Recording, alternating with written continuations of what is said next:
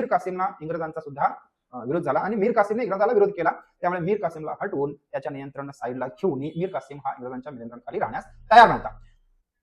मग मीर जाफरचा जो जावई होता तो जावई मीर कासिम याला सत्ता दिल्यानंतर मीर कासिमला सुद्धा इंग्रजांचा जाच सहन होत नाही राहिला. त्यामुळे मीर कासिमने सत्ता हस्तक्षेप करून इंग्रजाने परत मीर जाफरला सुद्धा सत्ता परत रिटर्न दिली. मग याचा राग मीर कासिमला आला. मीर कासिमने काय केले? मीर कासिमने इंग्रजांना विरोध करण्यासाठी मीर कासिम इंग्रजांच्या नियंत्रणाखाली राहण्यास तयार झालेला नव्हता. शेवटी मीर कासिमने इंग्रजाविरुद्ध लढा देण्यासाठी अयोध्येचा जो नवाब होता शुजा उद्दौला आणि मुघल बादशाह शाह आलम यांची मदत घेतली. तिघांच्या मदतीने इंग्रजांविरुद्ध लढाई सुरू केली.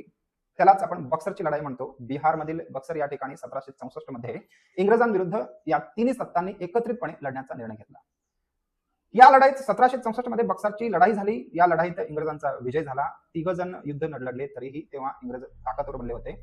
हा विजय इंग्रजांसाठी एक अत्यंत महत्वाचा होता, कारण आता बंगालमध्ये इंग्रजांची सत्ता आणखी मजबूत झाली. बक्सरमध्ये जी लढाई झाली ती लढाईनंतर बक्सरच्या लढाईनंतर झालेल्या अलाहाबादच्या तहानुसार ईस्ट इंडिया कंपनीला बंगालच्या सुभ्यात दिवाणी अधिकार मिळाले. दिवाणी अधिकार म्हणजे महसूल गोळा, मेन अधिकार, महसूल, पैसा, महसूल गोळा करण्याचा अधिकार. याचा अर्थ असा की बंगालमधील जेवढे काही मिळणारा महसूल आता डायरेक्ट इंग्रजांच्या हातात जाऊ लागला.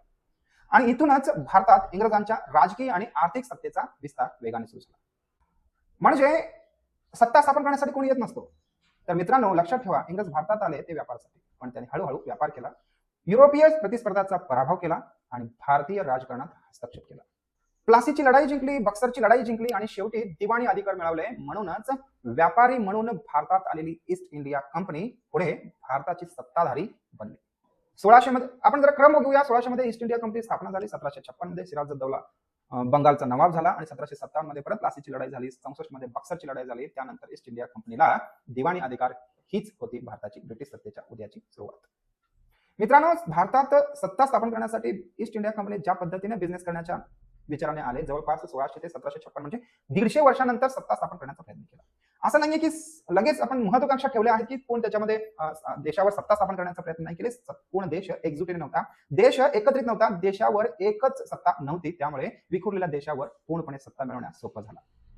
लक्षात ठेवा, जोपर्यंत आपला देश एक आहे, पूर्ण राज्य, जाती, परंपरा, रूढी सगळ्याच विविधतेने नटलेला जो देश आहे, हे देश एकत्रित राहिला तर कोणत्याही मायकालालचा हिम्मत होत नाही की आपल्या देशावर राज्य करण्याचे.